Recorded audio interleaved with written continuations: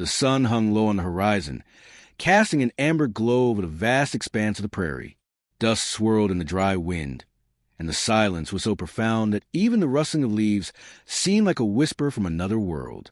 It was here, in this desolate stretch of land, where stories were born, not just any stories, but tales of mystery and wonder that would linger long after the last embers of campfires had died out. In the small town of Red Hollow, nestled between rolling hills and endless plains, there stood a ranch unlike any other. The Barnesworth Ranch, as it was known, had been home to generations of cowboys and cattle drivers who lived by their wits and their guns. But something strange had been happening lately, something no one could quite explain. It all began with old Bessie, the stubborn old cow that refused to leave her barn. Now, let me tell you, Bessie wasn't just any cow. She was big, with a coat as dark as midnight, and eyes that held more wisdom than most men twice her age. For years, she had roamed freely across the pastures, leading the herd with quiet authority. But recently, she had taken up residence in the barn, refusing to budge no matter what anyone did. At first, the ranch hands thought it was nothing more than Bessie being, "Well, Bessie, she's getting old," they said, shrugging off her peculiar behavior. "Maybe she's tired." But as days turned into weeks, the situation grew stranger. No amount of coaxing or prodding could get her to move. Not even the promise of fresh hay or water seemed to sway her. And little did they know, this refusal marked the beginning of a tale that would shake the very foundations of Red Hollow. The air was thick with tension when Sheriff Tom Caldwell arrived at the Barnesworth Ranch. His horse's hooves kicked up clouds of dust as he rode down the dirt path toward the sprawling wooden structure. The sheriff was a man of few words, his weathered face etched with lines of experience and determination. He had heard rumors about Bessie's odd behavior, but it wasn't until the ranch owner, Henry Barnesworth, sent for him personally that he decided to investigate. Henry greeted the sheriff at the gate, his hands trembling slightly as he wrung them together. "Sheriff," he began, his voice strained, I don't know what's going on, but something ain't right. Bessie won't leave the barn, and none of my men can figure out why." Tom nodded grimly, dismounting from his horse with practiced ease. "Let's take a look, then," he replied, adjusting the strap of his holster. As they approached the barn, the sound of low mooing reached their ears, a mournful cry that seemed to echo through the stillness of the afternoon. Inside the barn, the atmosphere was oppressive. Shadows danced along the walls, cast by the weak sunlight filtering through cracks in the boards. Straw lay scattered across the floor, and the scent of damp would mingle with the earthy smell of hay. There, in the center of the barn, stood Bessie, her massive form blocking the way to the far corner. Her gaze was fixed, unblinking, as if guarding some secret too great for human comprehension. "See," Henry whispered, his voice barely audible. "No matter what we do, she stays put. We've tried everything, food, water, even tying ropes around her legs, but nothing works." Tom studied the cow carefully, his sharp eyes missing nothing. Then, without a word, he walked slowly past Bessie, heading toward the corner she guarded so fiercely. As he drew closer, the hairs on the back of his neck prickled. Something didn't feel right. The air felt colder, heavier, as though the very fabric of reality had shifted. "What is it, Sheriff?" Henry asked nervously, following close behind. "I'm not sure yet," Tom replied, crouching down to examine the ground. Beneath the layer of straw, he discovered something unexpected, a patch of freshly disturbed earth. His brow furrowed as he brushed away the debris, revealing a section of the wall that appeared to have been reinforced with nails and planks. "This wasn't always here," he muttered, standing up and running his fingers along the rough surface. "Someone built this wall deliberately, and I'd wager whatever's behind it has something to do with Bessie's behavior." Henry's jaw dropped. "A hidden wall? In my own barn? That makes no sense." But Tom wasn't listening anymore. With a determined expression, he turned to one of the nearby ranch hands. "Fetch me an axe," he ordered. "We're breaking this thing down." The sound of splitting would echo through the barn as the men worked tirelessly to dismantle the wall. Splinters flew everywhere, catching in their hair and clothing, but no one dared stop. Each swing of the axe brought them closer to uncovering the truth, and each swing also deepened the sense of unease hanging in the air. Finally, after what felt like hours, the last plank gave way, revealing a narrow passageway concealed within the barn's foundation. The opening led downward, disappearing into darkness. A chill ran down everyone's spine as they stared into the abyss. "Well," Tom said finally, breaking the silence, "looks like we're going to find out what Bessie's been hiding." With lanterns in hand, the group descended cautiously into the unknown. The tunnel was cramped and musty, its walls lined with jagged stone. Roots snaked through the ceiling above, and every step seemed to awaken echoes that reverberated endlessly. It was as if the earth itself was watching them, waiting to see what they would uncover. After what felt like an eternity, they emerged into a cavernous chamber lit faintly by natural light, seeping through cracks in the ceiling. At first glance, it appeared to be nothing more than a storage room filled with barrels and crates. But upon closer inspection, Tom noticed something unusual, an ornate box resting atop a pedestal in the center of the room. Approaching it carefully, he lifted the lid to reveal its contents. Gold coins, glinting softly in the dim light, thousands of them stacked neatly in rows. Beside the treasure lay documents and letters, yellow with age, detailing transactions and agreements written in elegant script. Clearly, this was no ordinary stash. It belonged to someone important, someone wealthy. But who? Henry breathed, his voice filled with awe and confusion. And why would they bury it here? Tom frowned, his mind racing. "That's not the only question we need to answer," he said grimly. "We still haven't figured out why Bessie was so determined to keep us away from this place." As if on cue, a faint noise came from deeper within the chamber, a soft whimpering sound, almost imperceptible. Every head snapped toward the source, hearts pounding in unison. Slowly, Tom moved forward, his lantern casting flickering shadows against the walls. There, huddled in the farthest corner of the room, was a child, a young girl, no older than 10, wrapped tightly in a tattered blanket. Her wide, tear-streaked eyes met theirs, filled with both fear and relief. "Oh, my God!" Henry whispered, stepping forward hesitantly. "Who are you? How did you get here?" The girl trembled, clutching the blanket closer to her chest. I don't remember," she stammered, her voice barely audible. "All I know is that I woke up here alone. And then Bessie found me." Little did they know, the true story was far more unbelievable than anything they could imagine.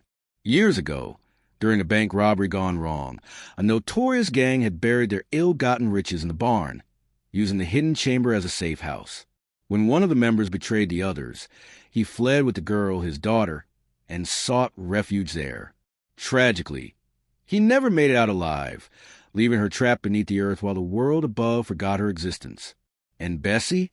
Well, she hadn't been acting out of spite or stubbornness.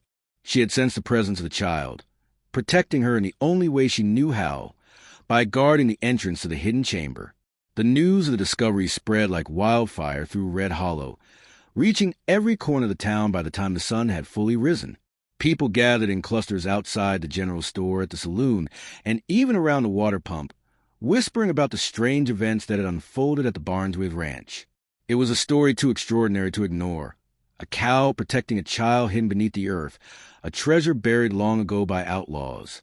The kind of tale that would be told for generations.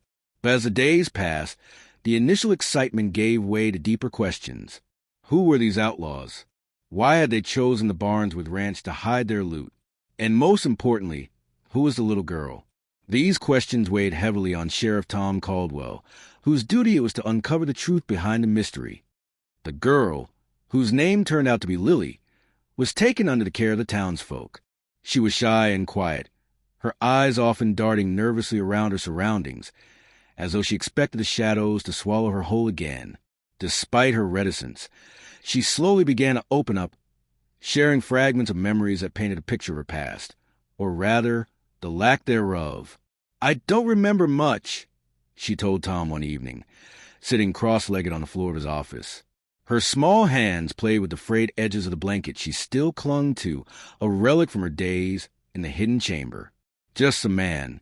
He looked like me, I think. He called me Lily. That's all I know." Tom nodded, his expression thoughtful. And you never saw anyone else?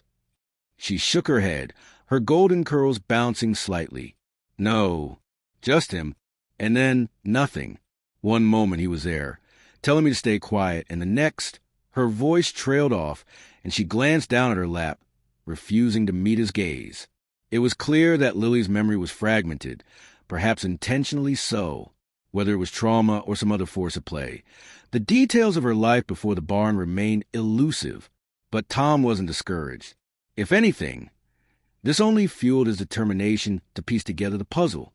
Meanwhile, back at the ranch, Henry Barnesworth found himself grappling with mixed emotions. On one hand, he was relieved that the mystery of Bessie's behavior had been solved. On the other, he couldn't help but feel uneasy about the revelation that his family's land had once been used as a hideout for criminals. The thought sent shivers down his spine, especially when he considered how close his own children came to stumbling upon the secret during their childhood games. "We should burn the barn," his wife Clara suggested one night over dinner. Her voice was steady, but her knuckles whitened as she gripped her fork. "It's cursed now. Who knows what else might be lurking in there?" Henry frowned, glancing toward the window where the silhouette of the barn stood against the fading light. "We can't just destroy it, Clara. It's part of our history. Besides, if we tear it down, we'll lose the evidence, the proof of what happened here." Clara sighed, setting her utensils aside. "Then let's seal it off. No one needs to go near that place ever again."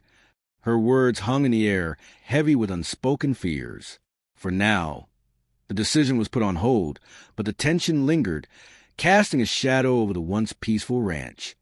Back in town, Sheriff Caldwell spent countless hours poring over the documents found in the hidden chamber. They revealed a tangled web of deceit and betrayal involving several well-known outlaws from the region, including the infamous Black Ridge Gang. Among the papers was a series of letters written by a man named Elias Kane, the leader of the gang. In them, he described his plan to retire from a life of crime and start anew with his daughter, whom he referred to affectionately as my sweet Lily. "Elias Kane," Tom murmured aloud, tracing the name with his finger. "So that's who she is. Or was." He leaned back in his chair, rubbing his temples. The pieces were starting to fit together, but something still didn't add up. If Elias Kane had intended to escape with his daughter, why hadn't he succeeded? What had stopped him? The answer came unexpectedly, delivered by an old prospector named Abe Jenkins, who wandered into the sheriff's office one rainy afternoon. Abe was a wiry man with a beard flecked with gray and a perpetual twinkle in his eye. He carried a battered satchel slung over his shoulder, which he set down on Tom's desk with a thud. "You're looking for answers about the Barnesworth Ranch, ain't ya?" he asked, pulling out a folded newspaper clipping from the satchel. "Well, here's your answer." Tom unfolded the clipping, his eyes scanning the headline. "Outlaw Elias Kane found dead near Red Hollow." Beneath it was a brief article detailing Kane's demise. Shot and killed during a confrontation with rival gang members who had tracked him to the area. According to the report, Kane had been trying to protect a mysterious figure when he fell, leaving no survivors to tell the tale. Tom stared at the clipping for a long moment, his mind racing. So Kane died protecting his daughter. He said finally, more to himself than to Abe. But why didn't anyone find her? Why did she end up alone in that chamber? Abe shrugged, stuffing the clipping back into his satchel. Maybe they didn't look hard enough. Or maybe they didn't want to. Some secrets are best left buried, Sheriff. Sometimes literally. Tom nodded absently, lost in thought. The realization hit him like a punch to the gut. Lily had survived not because of luck, but because of sacrifice. Her father had given his life to ensure her safety, entrusted her fate to forces beyond his control. And somehow, in the midst of all that chaos, Bessie had stepped in, becoming an unlikely guardian angel. As the weeks went by, the people of Red Hollow rallied around Lily, welcoming her into their community with open arms. She attended school, made friends, and gradually began to rebuild her life. Though she still carried the weight of her unknown past, she also bore the hope of a brighter future. Bessie, meanwhile, returned to her usual routines, grazing in the pastures and leading the herd with her characteristic calmness. Yet there was a newfound respect among the ranch hands for the old cow, a recognition that sometimes the simplest creatures could possess the greatest wisdom. The days turned into weeks, and the weeks into months. Life in Red Hollow slowly returned to its usual rhythm, though the events at the Barneswood Ranch had left an indelible mark on the town. The story of Bessie, the hidden chamber, and young Lily became the stuff of legend, whispered about by travelers passing through and recounted around campfires under starlit skies. Yet, beneath the surface of this newfound normalcy, there were still threads of mystery waiting to be unraveled. Lily adjusted well to her new life in the town, finding solace in the kindness of strangers who had opened their hearts to her. She attended school regularly, her bright mind quickly catching up with lessons she had missed during her years hidden away. Despite her growing confidence, however, there were moments when shadows crossed her face, moments when it seemed as though memories long buried were clawing their way back to the surface. Her nights were often restless, filled with dreams that felt more like fragments of reality than mere figments of imagination. One such night, as the moon hung low over the rooftops of Red Hollow, casting silvery light through her bedroom window, Lily awoke with a start. Her heart pounded in her chest, and beads of sweat clung to her forehead. The dream had been vivid. A man with kind eyes holding her close, whispering words she couldn't quite remember. And then, suddenly, chaos. Gunshots echoing in the distance, voices shouting, and sensation of being lowered into darkness. Shaking off the remnants of the nightmare, Lily climbed out of bed and padded silently across the wooden floor. She made her way to the small table where Sheriff Caldwell had placed a few belongings found in the hidden chamber. The ornate box containing the gold coins, the yellow documents, and a small leather-bound journal tucked among them. It was his journal that had caught her attention from the very first time she saw it, though she hadn't dared to open it until now. With trembling hands, she picked up the journal and flipped through its pages. The handwriting was neat and precise, each entry dated meticulously. At first glance, it appeared to be a diary belonging to Elias Kane, detailing his thoughts and struggles as he planned his escape from a life of crime. But as Lily read deeper, she discovered something unexpected. Clues, perhaps even warnings, about forces far darker than she had ever imagined. Sheriff Tom Caldwell, meanwhile, hadn't stopped investigating. Though the initial excitement over the discovery had died down, his instincts told him that there was more to the story than met the eye. The treasure, the hidden chamber, and even Bessie's peculiar behavior, all of it pointed to something greater, something that defied easy explanation. His curiosity led him to dig deeper into the history of the Black Ridge Gang, uncovering connections to other crimes and disappearances throughout the region. It was during one of these investigations that Tom stumbled upon a chilling detail. Among the gang members who had pursued Elias Kane, there was one man whose name kept appearing in various accounts, a man known only as the Silent One. Little was known about him beyond his reputation for ruthlessness and his uncanny ability to vanish without a trace. Some claimed he possessed unnatural powers, while others dismissed such talk as superstition. Regardless, his involvement in Kane's death raised questions that gnawed at Tom's mind. Determined to learn more, Tom traveled to a remote mining town where rumors suggested the Silent One had last been seen. The journey was arduous, taking him through treacherous terrain and testing his resolve. When he finally arrived, he found the town nearly deserted, its streets quiet and its buildings crumbling. The few residents who remained spoke cautiously, their eyes darting nervously as they recounted tales of terror and violence. He wasn't just a man, one elderly miner told Tom, his voice barely above a whisper. There was something else about him, like he didn't belong here. Tom listened intently, piecing together bits of information that painted a picture of a figure shrouded in mystery and fear. But the more he learned, the more uneasy he became. If the Silent One was indeed involved in what had happened at the Barneswood Ranch, then there might be dangers lurking that no one could have anticipated. Back in Red Hollow, Henry Barneswood found himself drawn to the barn once again. Though Clara had insisted they seal off the hidden chamber, Henry couldn't shake the feeling that there was something unfinished about the place. On a crisp autumn morning, with the air tinged with the scent of fallen leaves, he ventured inside, lantern in hand. The barn was eerily quiet, save for the soft creaking of wood and the distant sound of birds chirping outside. As Henry moved toward the sealed entrance to the chamber, He noticed something unusual, a faint scratching noise coming from within. His blood ran cold as he pressed his ear against the wall, straining to hear more clearly. "Is someone alive in there?" he murmured, his voice trembling. Without hesitation, he grabbed a nearby crowbar and began prying the boards sealing the chamber. Splinters flew as the wood gave way, revealing a narrow opening just large enough for him to peer inside. What he saw froze him in place, a shadowy figure huddled in the corner, its presence both familiar and terrifying. "It can't be," Henry stammered, stumbling backward as the figure stirred.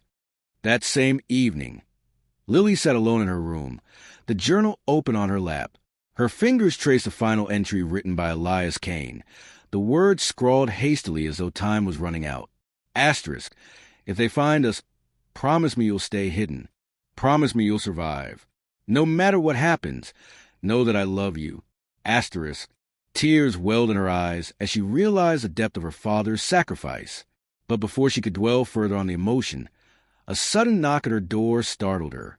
It was Sheriff Caldwell, his expression grave. "We need to talk," he said, stepping inside and closing the door behind him. "I think I've uncovered something important about your past, and about why Bessie protected you so fiercely." Lily's breath caught in her throat as Tom recounted his findings, including the ominous mention of the Silent One. As he spoke, the pieces of the puzzle began to fall into place, revealing a truth far stranger and more dangerous than either of them could have imagined. The weight of Sheriff Caldwell's revelations hung heavy in the air as Lily absorbed every word. Her mind raced with questions, her heart pounding in her chest. The Silent One, this shadowy figure tied to her father's death and perhaps even her own survival, was no mere man. According to Tom's investigations, whispers from those who had crossed paths with him spoke of unnatural abilities, an otherworldly presence that defied explanation. Lily clenched her fist tightly, her knuckles turning white. "So he's still out there?" she asked, her voice trembling but resolute. Tom nodded grimly. "I believe so. And if what I've uncovered is true, then your connection to Elias Kane makes you a target. He may have been after more than just gold when he came for your father." A chill ran down Lily's spine. She glanced at the journal still resting on her lap, its leather cover worn and cracked from years of use. Each page held fragments of her father's life, clues about his final days, and perhaps hints about the danger that lingered beyond the veil of the known world. Meanwhile, news of Henry Barneswood's discovery at the barn spread quickly through Red Hollow. The townsfolk gathered outside the Barneswood ranch, their murmurs growing louder as details emerged. Inside the sealed chamber, they found not another treasure or relic, but something far stranger, remnants of rituals etched into the dirt floor, strange symbols drawn in ash, and a single artifact, a jagged obsidian dagger that seemed to pulse faintly with an eerie glow. Henry stood frozen before it all, unable to tear his gaze away. Clara clutched his arm tightly, her face pale. "What does this mean?" she whispered, her voice barely audible over the rising tension. Tom arrived shortly thereafter, having heard the commotion. His sharp eyes scanned the scene, taking in every detail. The symbols carved into the ground were unlike anything he'd ever seen, though they stirred an unsettling familiarity deep within him. He crouched beside the obsidian dagger, his gloved hand hovering just above it. "This isn't random," he muttered, more to himself than anyone else. "These markings, they're deliberate. Someone was performing some kind of ritual here. But why?" Henry demanded, his voice laced with frustration. "Why would anyone do this in my barn?" Tom straightened, his expression darkening. "We don't know yet. But given what we've learned about the Silent One, I suspect these symbols are connected to him, and possibly to Lily." At the mention of her name, both Henry and Clara turned sharply toward him. "Lily?" Clara repeated, her grip tightening on Henry's arm. "You think she has something to do with this?" "Not directly," Tom replied cautiously. "But consider this. Bessie protected Lily because she sensed something special about her. And now we find evidence of supernatural activity where Lily was hidden. Coincidence? Or part of a larger plan?" Clara gasped, covering her mouth with her hand. Henry looked torn between disbelief and dread. "Are you saying Lily might be in danger again?" Tom hesitated, choosing his words carefully. Until we understand the full scope of what happened here, I can't rule anything out. For now, keeping her safe should be our top priority. That night, under the cover of darkness, Tom returned to the barn alone. Armed with lanterns and tools, he examined the ritual site more closely, hoping to uncover additional clues. The symbols beneath his boots seemed to shift subtly as he moved, as though alive. A low hum filled the air, barely perceptible but enough to make his skin prickle. As he worked, a sudden gust of wind swept through the barn, extinguishing his lantern. Darkness enveloped him, broken only by the faint glow emanating from the obsidian dagger. Heart racing, Tom reached for his revolver, his instinct screaming warning. "Who's there?" he called out, his voice steady despite the unease gripping him. From the shadows emerged a figure cloaked in black, their features obscured by a wide-brimmed hat. They carried themselves with an unnerving calm, their presence seeming to warp the very air around them. "You shouldn't have come back," the figure said, their voice low and gravelly, devoid of any emotion. Tom tensed, his hand hovering near his holster. "And you shouldn't have shown yourself," he retorted, his tone firm. "Who are you? What do you want with Lily?" The figure tilted their head slightly, as though considering how much to reveal. "Let's just say, I'm interested in finishing what was started long ago. Your little girl stands in the way of that." Adrenaline surged through Tom's veins. "Over my dead body," he growled, drawing his gun swiftly. But the figure merely laughed, a cold, hollow sound that echoed through the barn. Before Tom could react, they vanished into thin air, leaving behind nothing but the lingering scent of burnt ash. Shaken but determined, Tom rekindled his lantern and resumed his examination. Whatever force drove the Silent One, and whoever this new figure was, they wouldn't win without a fight. Back in town, Lily spent the night tossing and turning, her dreams played by visions of the past intertwining with glimpses of the future. She saw herself standing in the hidden chamber once more, surrounded by glowing symbols that pulsed in time with her heartbeat. Then, suddenly, the vision shifted. The chamber dissolved, replaced by a desolate wasteland bathed in crimson light. In the distance loomed a towering figure shrouded in darkness, their eyes burning like embers. When she awoke, drenched in sweat, the first rays of dawn streaming through her window, Lily knew she couldn't stay hidden forever. The truth was calling to her, urging her to confront whatever lay ahead. And deep down, she suspected that the answers she sought weren't buried in the past, but waiting for her in the present. Summoning her courage, she dressed quickly and slipped out of the house, heading straight for the one person she trusted most, Sheriff Caldwell. "I need to help," she told him bluntly when she found him still working late at the office. "Whatever's coming, I think it involves me, and I won't let anyone else get hurt because of it." Tom studied her carefully, noting the fire in her eyes despite her fear. "All right," he said finally, nodding, "but you'll do things my way. We stick together, no matter what happens." With that agreement sealed, the two prepared for the storm they knew was brewing, one that would test their strength, their wits, and their resolve.